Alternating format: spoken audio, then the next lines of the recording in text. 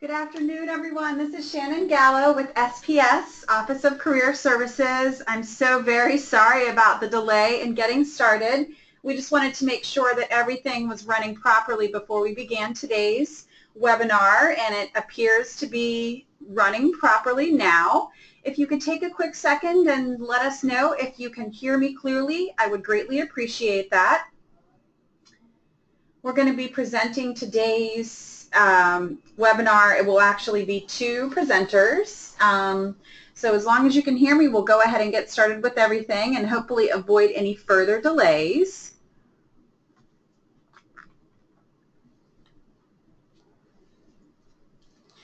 Okay, so welcome once more to our webinar for today.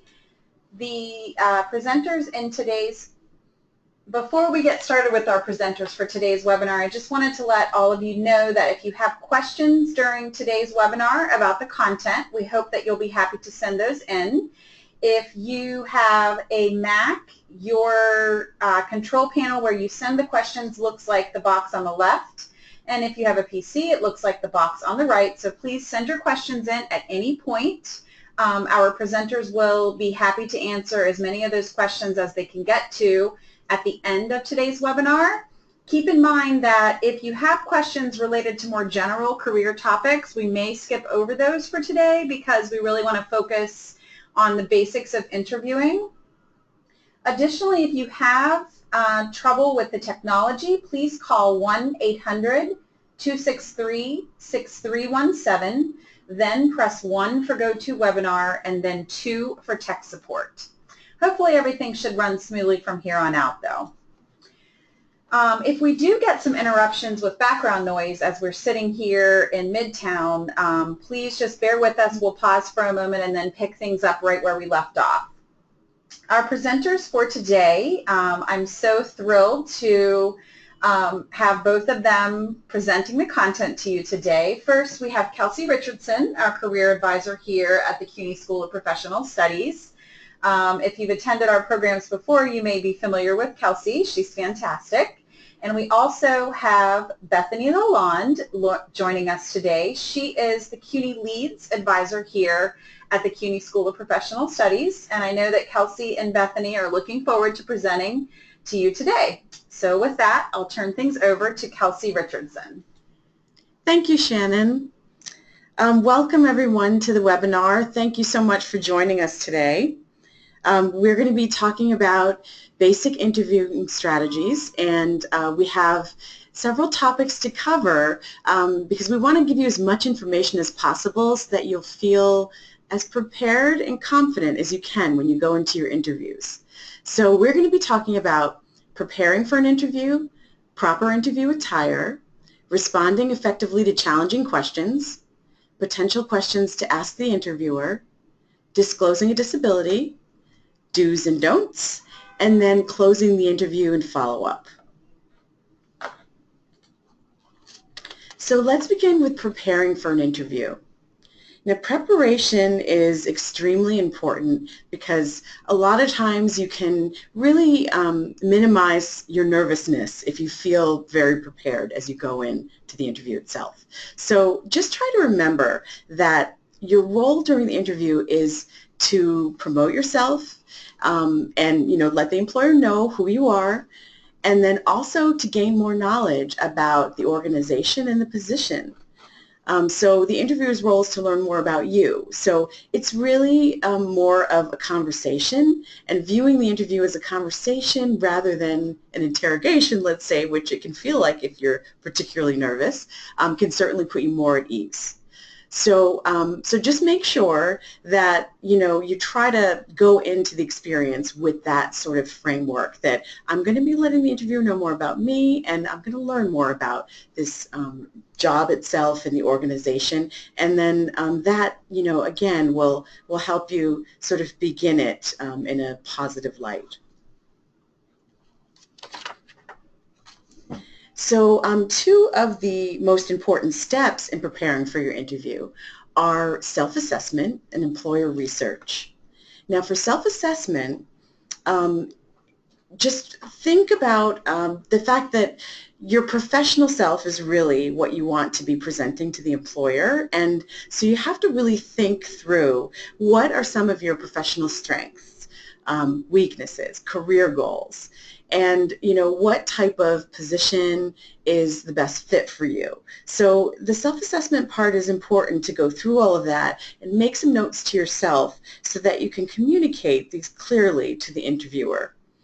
The other important step is employer research, because a lot of times what will happen is an interviewer will welcome you in and they'll say, have a seat, and they might start the interview off by saying, so why don't you tell us what you know about us?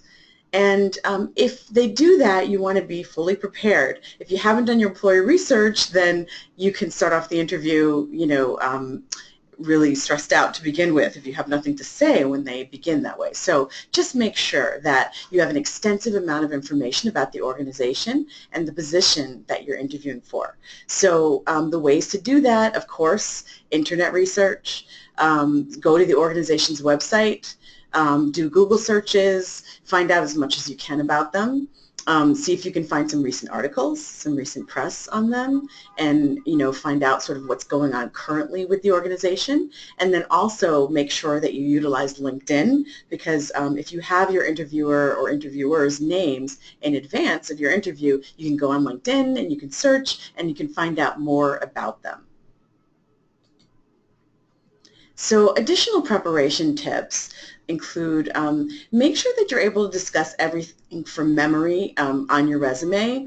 And one of the best ways to do that is before each and every interview, take out your resume the night before, look it over, read it through to yourself carefully, because you just want the details of your past work experiences to be fresh, on your brain. Like, you want to make sure that you've just reviewed it so it kind of rolls off your tongue more when you're talking about your job experience. So do that.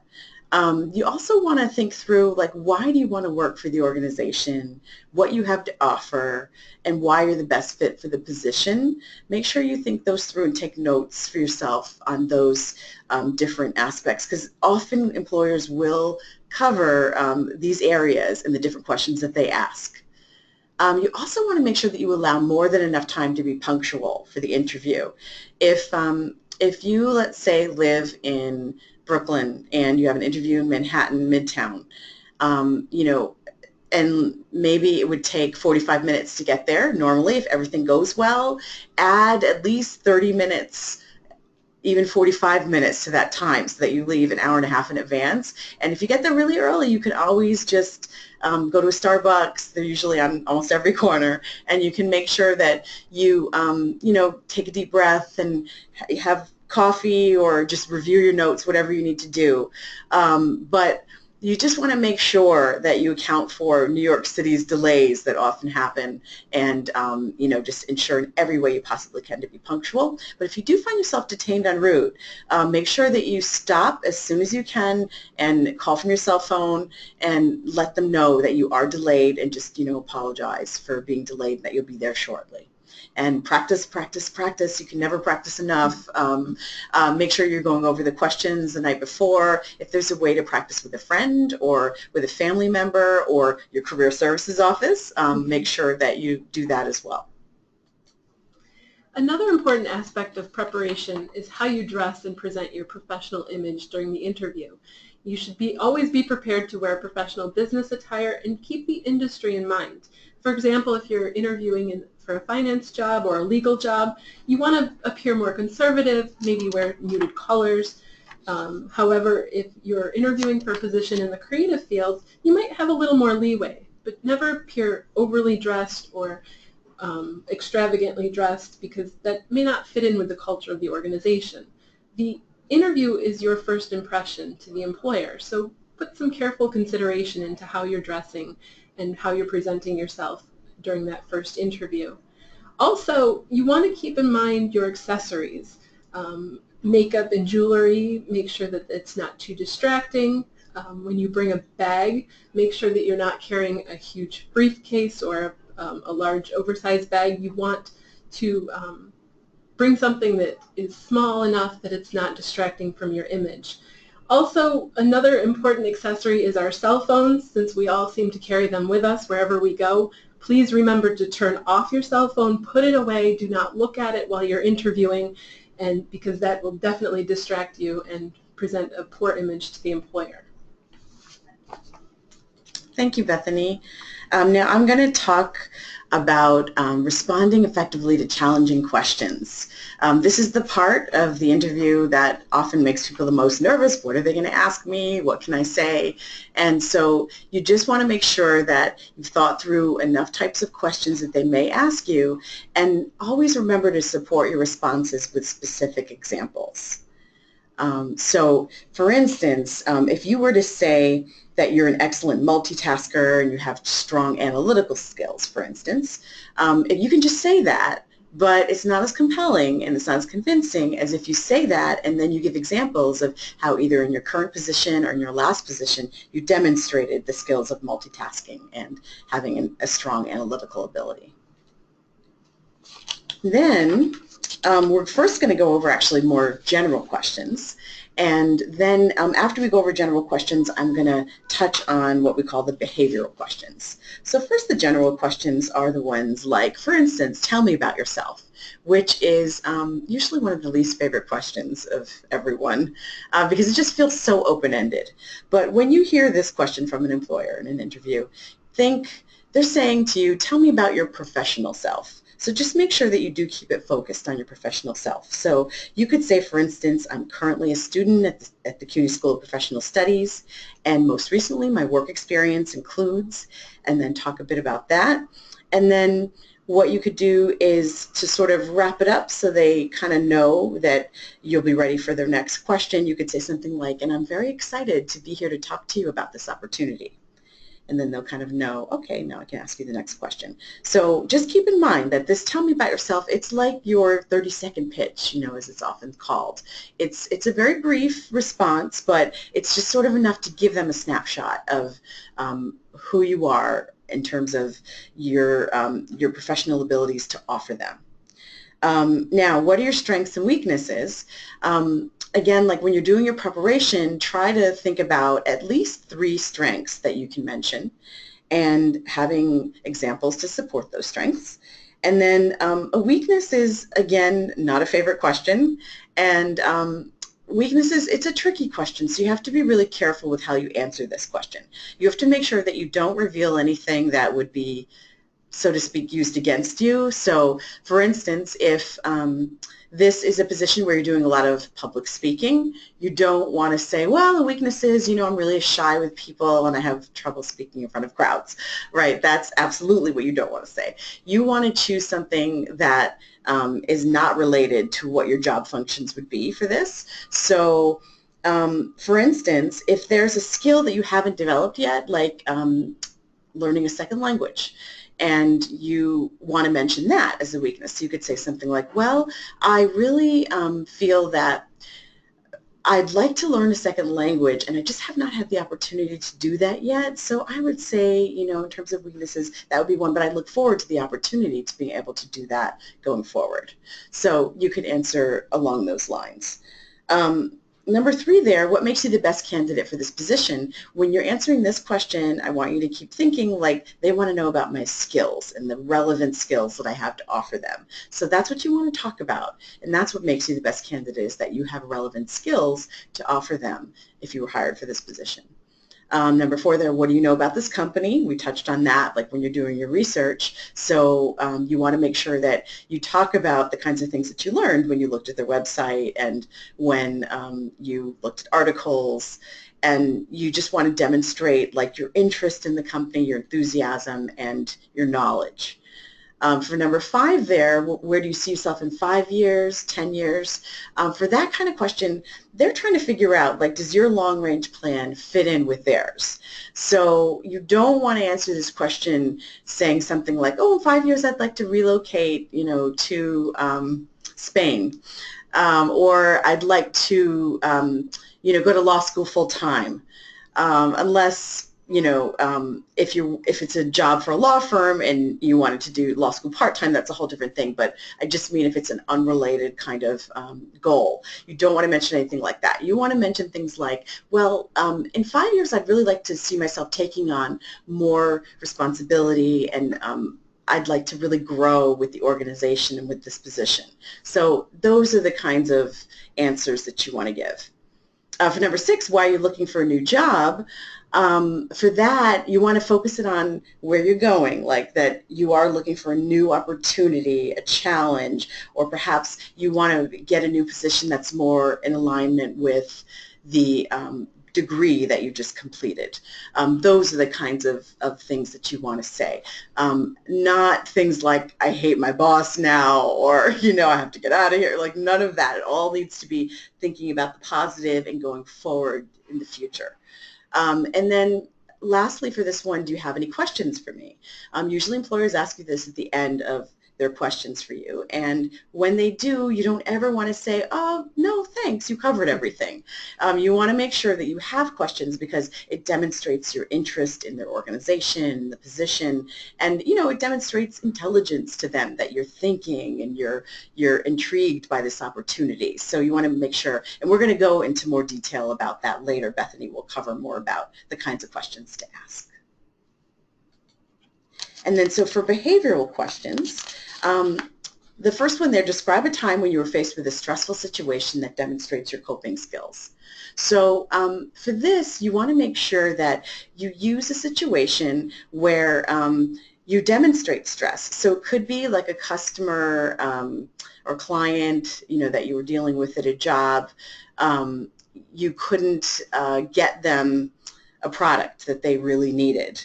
And so, you just made sure, you just describe your process to the employer, that you made sure that you remained calm and that you took all the information of what they needed, and you said that you will absolutely follow up with them and find out how quickly you could get that order fulfilled or that item. So, just talk them through the process, but what you're demonstrating is that you can effectively represent the employer and handle a stressful situation. For number 2, tell me about something you tried to accomplish but failed. For that type of question, you want to make sure that you don't pick anything that an employer could think is your fault, in a sense, like that you tried to complete a project with the other members of your department, and you just lost steam and you just kind of couldn't do it. Nothing like that. You want to make sure that it's something like you were asked to create or plan. Let's say you were asked to plan the holiday party that year, and but you had a very limited budget, and you didn't realize how limited the budget would be, or that it got cut sort of in your planning process, so you weren't able to completely have the type of holiday party that you had originally envisioned, but you did the best you could with the resources you had, and you just kind of, again, talked through your process with the employer. For number 3, describe a time when you had to deal with a very irate customer or coworker. So there, again, you're talking through your process, because that's why they're called behavioral questions. They really want you to talk about, like, what do you do in these kinds of situations? And you want to make sure that you're describing that you remain calm and you try to, help the customer to be calmer in whatever way that you can, and try to, address their situation, whatever it is, so that you can help them.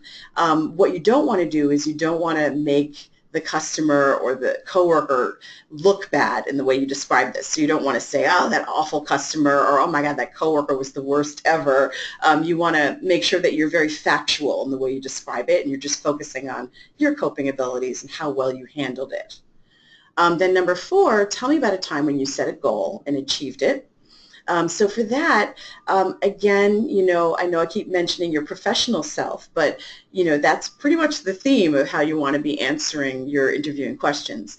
And so the goals you want to talk about, you want them to be related, to your work or to your college experience in some kind of way.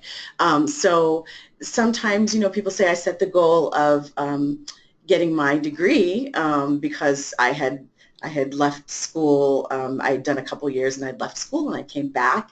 And so I set the goal to achieve it in a certain amount of time, and I did. And I'm, very excited about that. And now I'm looking forward to these new opportunities that I can pursue now with my new degree. So something like that. Or sometimes people, for instance, have like an athletic goal, which is along the personal lines, but it's still one of the safer ones. So if you're going to run the New York City Marathon and you've set a goal to do that, you could talk about that. That's a safe one. That's something that an employer would be able to easily see your perseverance and your discipline, and it would demonstrate, those kinds of skills. So those are the kinds of goals that are usually good to focus on saying. And then the last one there, number 5, give me an example of a time when you used good judgment and logic to solve a problem. So this one is kind of similar to number 2, the tell me about something you tried to accomplish but failed, meaning you want to talk through a process when you use good judgment, a project you worked on, or dealing with a customer, or on a team, in a team environment where you're working with other departments or something, and just kind of talk them through the logical process that you worked through when there was a problem, and that you kept working on it until you were able to find the solution. That's kind of the most important thing that they want to see, that you're able to do that. Thank you, Kelsey. As Kelsey mentioned, the interviewer may ask if you have some potential questions at the end of the interview. This is your opportunity to show that you've done the research and that you also do have some insightful questions to ask. It is important to always have questions prepared, at least 3 to 5.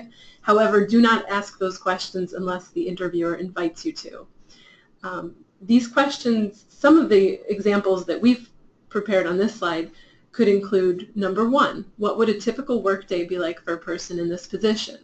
This question touches on some of the responsibilities, but also provides insight into the day-to-day aspects of the position, as well as what the employer may expect of you on the job.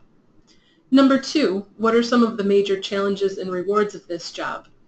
This also provides some insight into what you may be doing, and you can also anticipate some of the challenges and be ready for them when you begin the position. Number 3, what are some of the responsibilities of the people I would be working most closely with? This gives you a sense of the organizational culture and also may give you some ideas on how the agency functions as a team from the employer's perspective. Number 4, what do you hope I would accomplish in this position in 3 months, 6 months, or 1 year? Again, this will give you some of the employer's expectations and can assist you in establishing your own goals as you begin the position and look forward to continuing in that position for the year ahead. Number 5, when do you expect to make a decision on selecting a person for this position?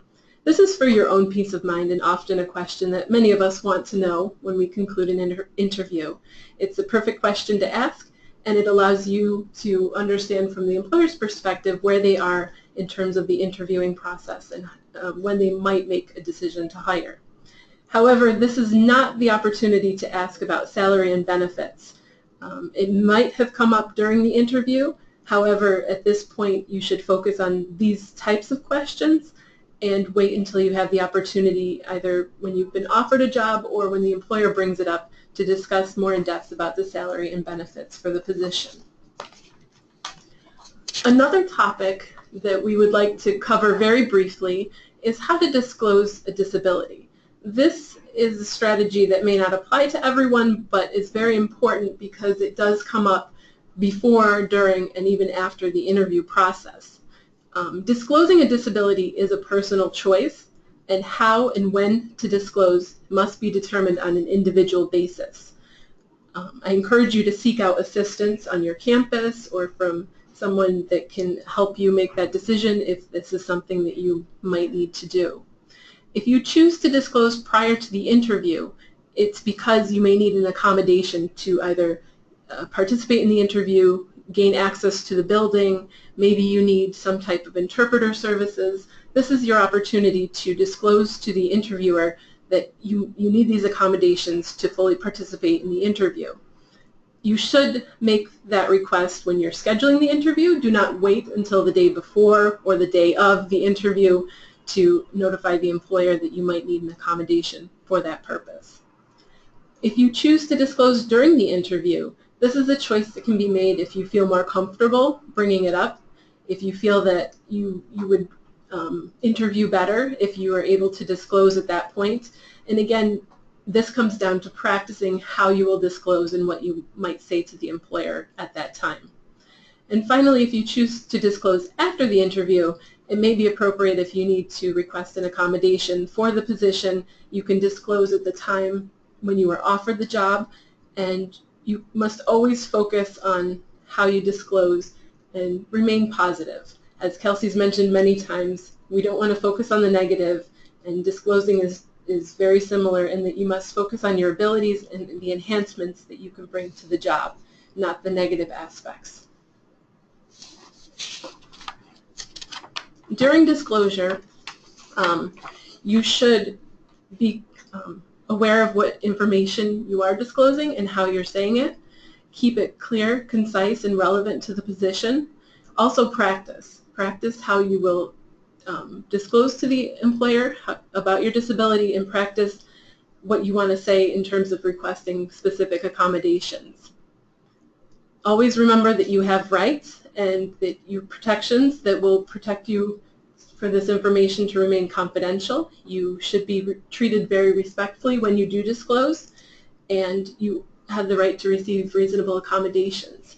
So if you feel that your rights are violated, there are sources for you to turn to and notify, but hopefully at this initial interview, you can, if you need to disclose, it will be treated very respectfully and you can use it to your advantage. So on the day of the interview, as Kelsey has mentioned, know where you are going and be prepared to arrive approximately 10 to 15 minutes early. If you arrive too early, do not sit there in the reception area and wait for the employer to greet you. Go somewhere else. If you need to go to a cafe on site or a Starbucks down the street, make sure you arrive at the location 10 to 15 minutes early. Remember again that first impressions are extremely important. How you dress, how you present yourself is how the employer sees you for the first time. And when the interviewer calls your name, stand up, make good eye contact, smile, and shake their hand firmly. This is very important in how you present yourself and how the employer has their initial perception of you.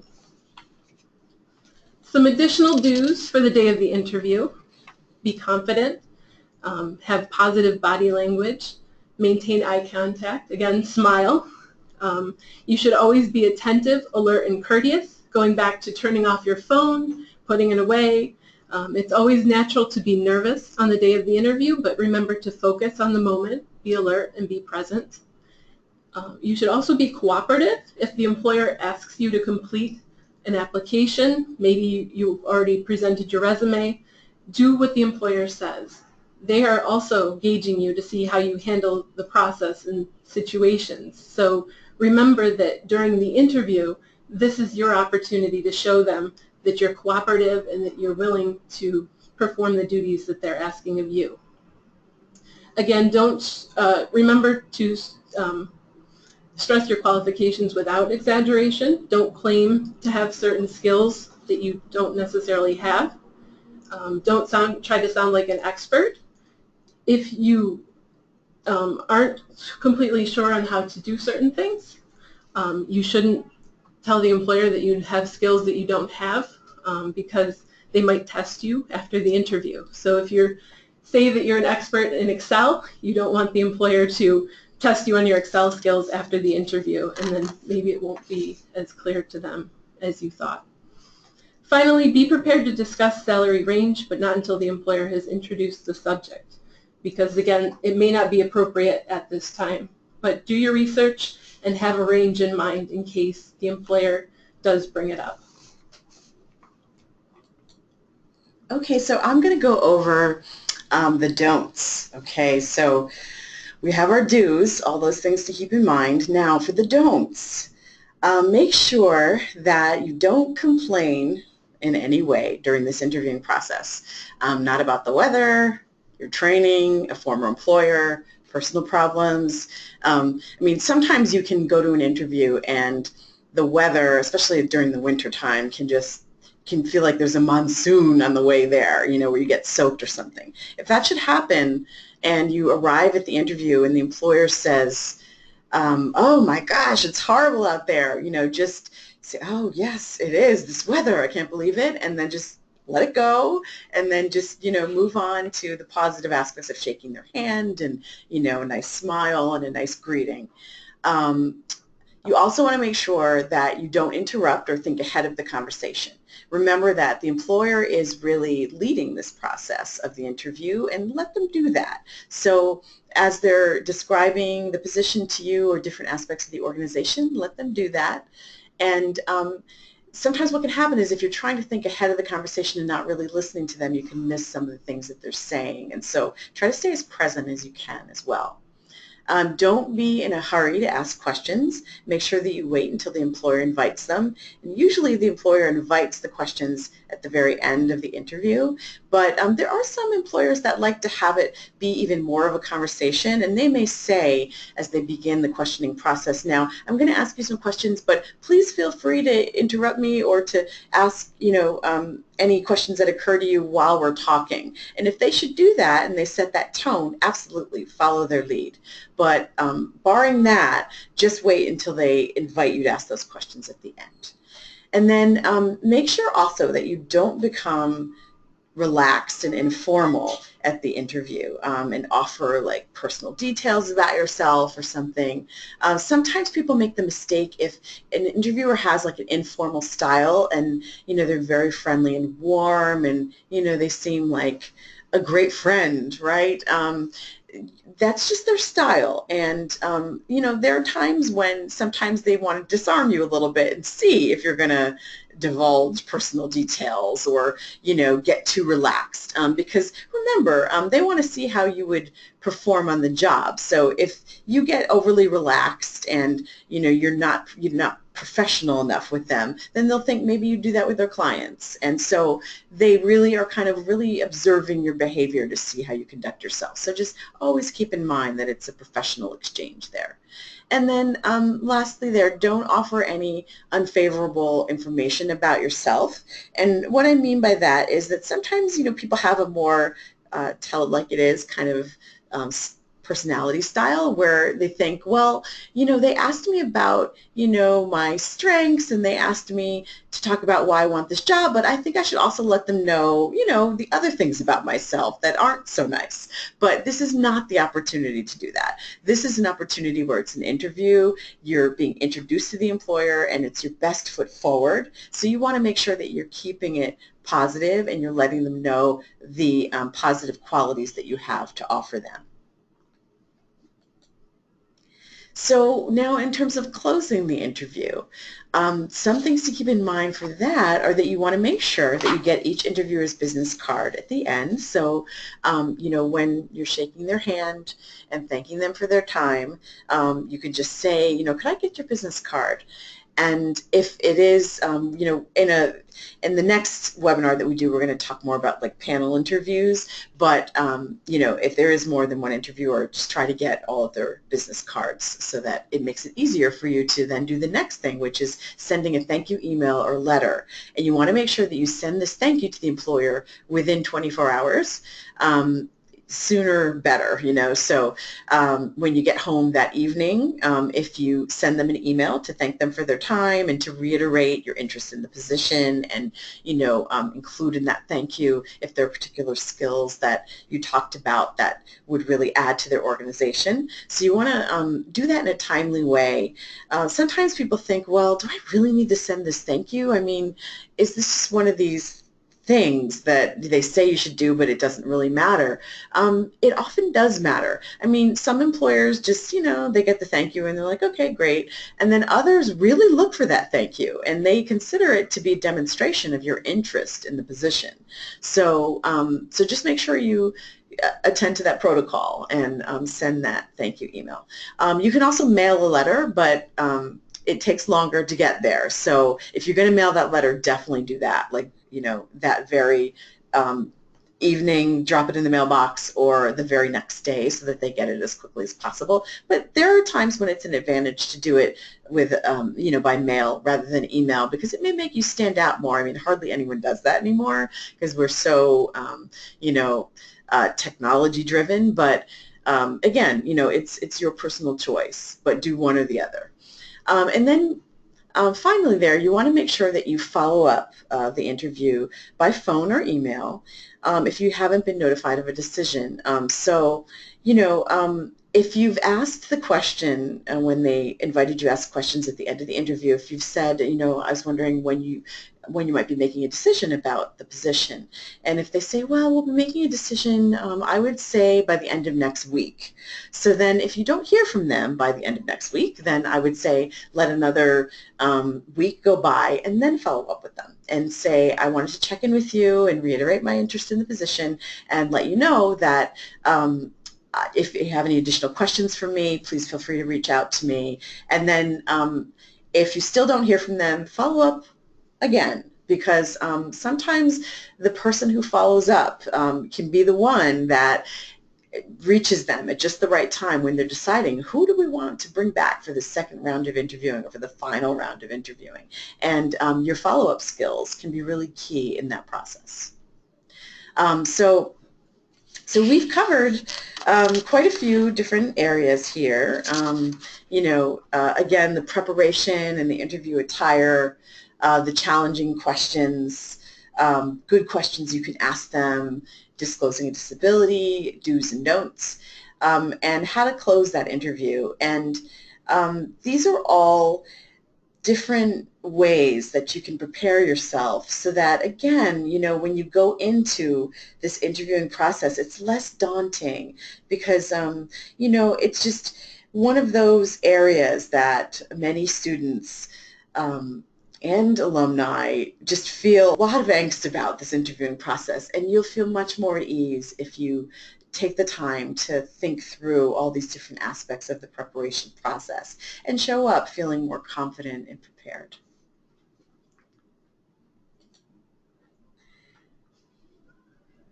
Okay, great. Thank you, Kelsey Richardson and Bethany LaLonda. I think that today's webinar certainly covered the basics of interviewing, and I hope that those of you that have attended today, that you've got some questions, please send them to us. We're going to go ahead and start answering those questions in just a moment. I did want to take a second and remind everyone that this webinar today was just the first part of a three-part series. The second part of our All About Interviews webinar is called Beyond the Norm. And this one is being held on Thursday, October 20th, 2016, again from 12:30 to 1:30. And you're able to register for that one online as well, sps.cuny.edu/beyondnorm. So we're going to go ahead and get started with some of the questions that have come in. Please feel free to send them in. It looks like we've got, we do have a good bit of time left to continue answering questions that come in. Okay, here's the first one, which sort of points directly to one of the last things that Kelsey went over, so I'll turn this one over to her. How many times should you follow up with an employer after you've had an interview? Yes, well, that's a good question. It really depends on the situation. It depends on the position you're interviewing for and what they've told you about the process. So if they've told you that they're going to be making a decision, in 2 weeks, and then you haven't heard from them and you follow up once, and then you let, another week and a half go by and you follow up again, then I would say that after that, after following up twice, that's usually probably a good way to then just kind of move on to your next position that you're pursuing. But if during the interviewing process the employer has said something to you like, well, we are hoping to hire someone, but we're not sure if we're going to be able to do that in the next couple weeks, but we'll let you know. And if it sounds kind of more like there's going to be a delay in their process, then I would say it's worth following up one additional time, because it could be that they've just gotten delayed, or, you know, if it's a nonprofit and there's something with their funding coming through, that also can delay things sometimes. So just kind of keep that in mind. Great. We have another question that's come in. This one is more related to pre-interview, and I think it's a great question. Hopefully, when we are going on job interviews, we won't be in this situation, but if you are late for an interview, how apologetic do you really need to be? Bethany, I'll let you answer this one. Well, if you are running late and you know that you can reach out to someone, please let them know as soon as possible. You should definitely apologize when you arrive late. You should, as again Kelsey has mentioned previously, do not focus on the negatives. Try to remain positive, even though we all understand that it's not always easy to navigate the city and it's very frustrating many times.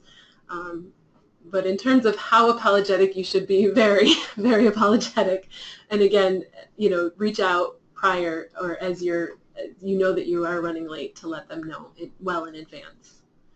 Right, and another thing to keep in mind too with being late is that sometimes what happens is interviewers have lined up a bunch of interviews in a day, and so if you're late, you might throw off their schedule, and you might arrive there and they might say, I'm sorry, we have to reschedule. So if they should do that, just make sure, again, like, you keep a positive attitude about it and say, oh, I completely understand it, I'm really sorry that I was late. You know, did you want me to contact you again to reschedule, or should we just reschedule right now and get it on the calendar? Just kind of defer to however they want to do it. And, you know, again, like, how you handle that situation will demonstrate a lot to the employer of what you would be like as an employee if they hired you. Yeah, great. Thank you, Bethany and Kelsey. Okay, here's a question for sort of processes to use during an interview. And I think this is a great question. I'm eager to hear from both of our presenters. So the question is it okay to take notes during an interview? Kelsey, you want to give your answer for this one, and then Bethany? Sure.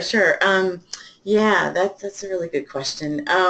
There are different philosophies on this of whether taking notes is okay or not, and it's going to depend on your interviewer. Some interviewers don't mind, others find it distracting. So what I would say is try not to take notes during the interview, because in case you do get an interviewer that finds it distracting, it would be a negative counted against you, and you don't really want to take that chance. However, when it comes to, like, let's say you interview with somebody and they say, okay, so now actually I would like to have you next meet with one of my colleagues, and they start to talk about who that is that you're going to meet with. At that point, you could definitely grab your pad and your pen and say, oh, what's the name of your colleague? And jot down, you know, that kind of information, because it's logistical and it will demonstrate that, you know, you are organized and you keep track of, you know, something important that they're going to be scheduling you next for. But in terms of, like, when you're answering their questions or you're asking them questions, it's usually best not to take notes, because, again, you know, it also could just kind of have you too focused on the notes and not present enough with the employer. However, from a disability perspective, if you choose to disclose that you have a disability where you might have some memory difficulties, or, you know, you're not as able to focus on what's being said, so you do need to write some notes down, it might be a good strategy to let the employer know that you do tend to take notes, and that it helps you focus on the questions that are being asked and helping you answer the questions that they want you to respond to. So in general, it's always good to have a notepad with you.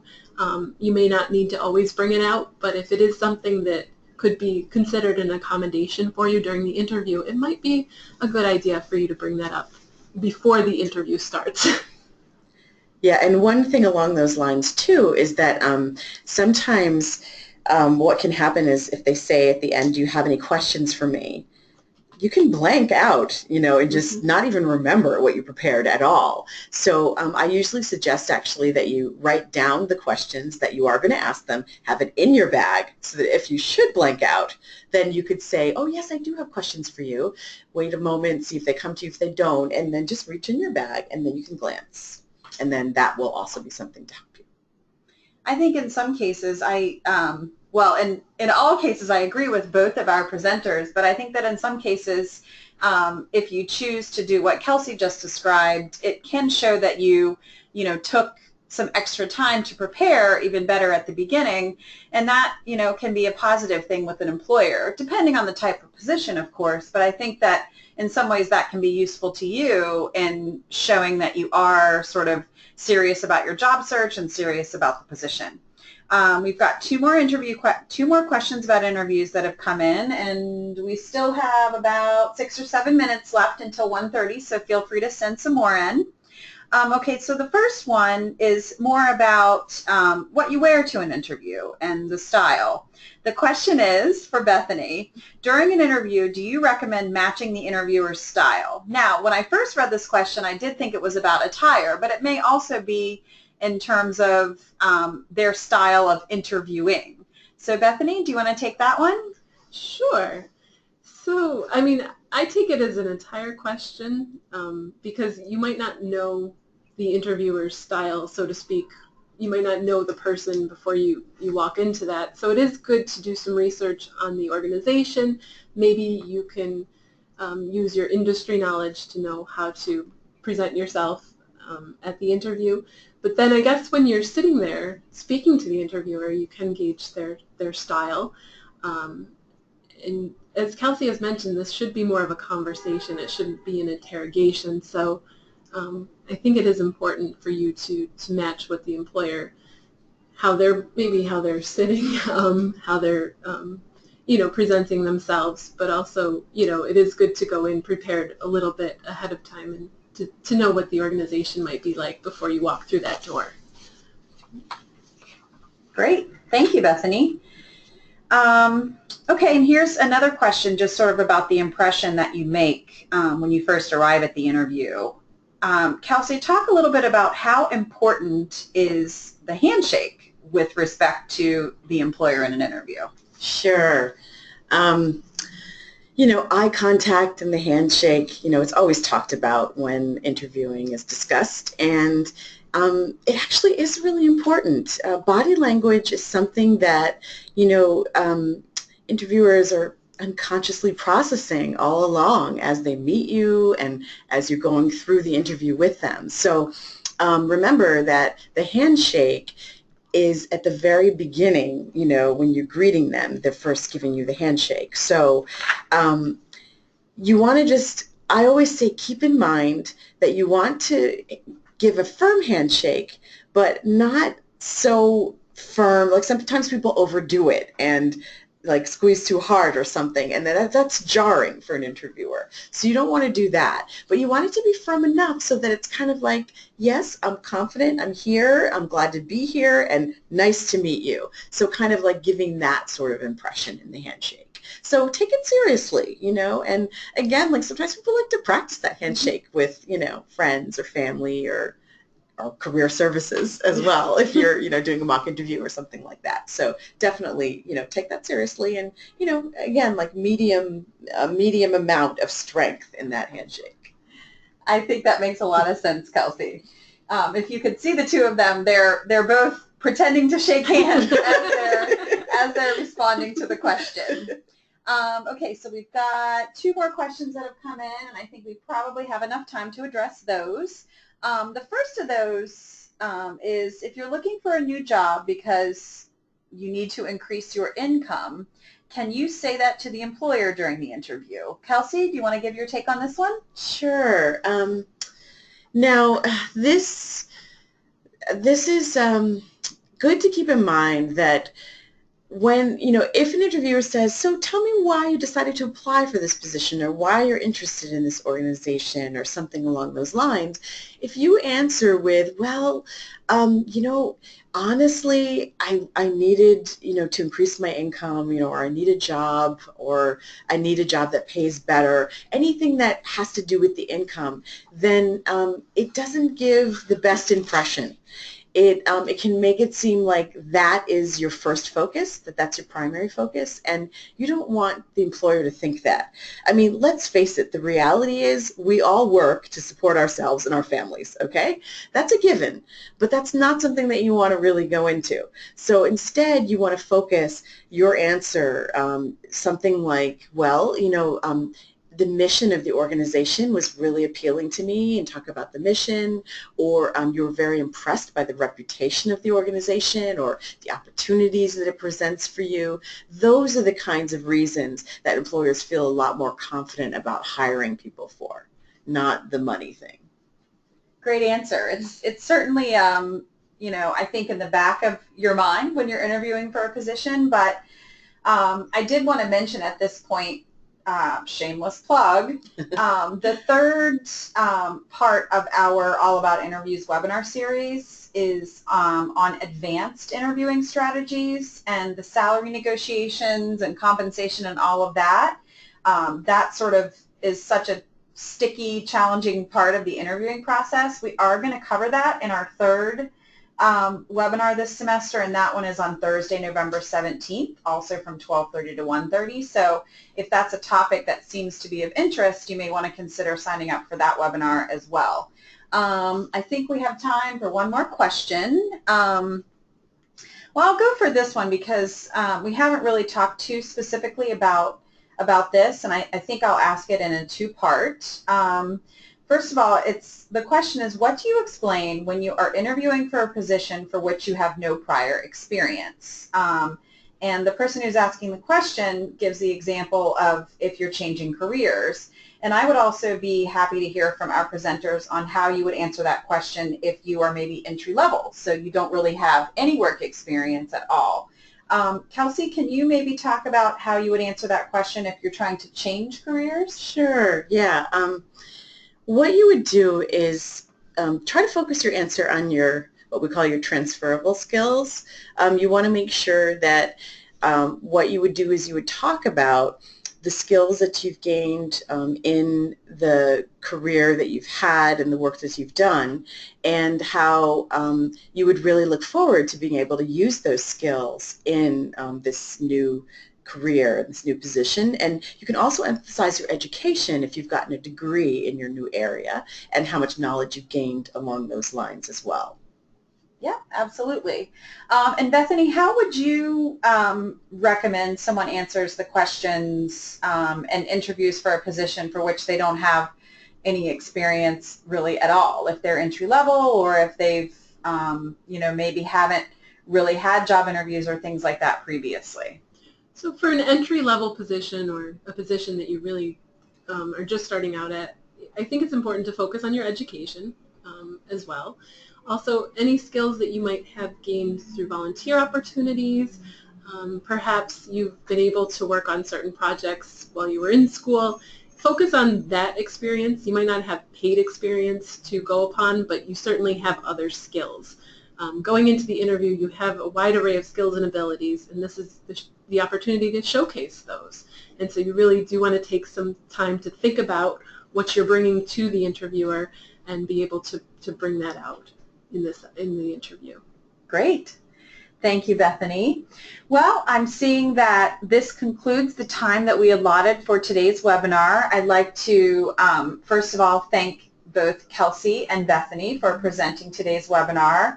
I learned a couple of things myself, and it's always nice to hear presentations like this. Hopefully our attendees today were able to really get some in-depth advice on the basics of interviewing, and I hope that all of you will plan to join us on our upcoming webinars that are part of the same All About Interviews series this semester. And I wish everyone a great rest of the day and best of luck this semester. Thank you, everyone. Thank you. Bye-bye.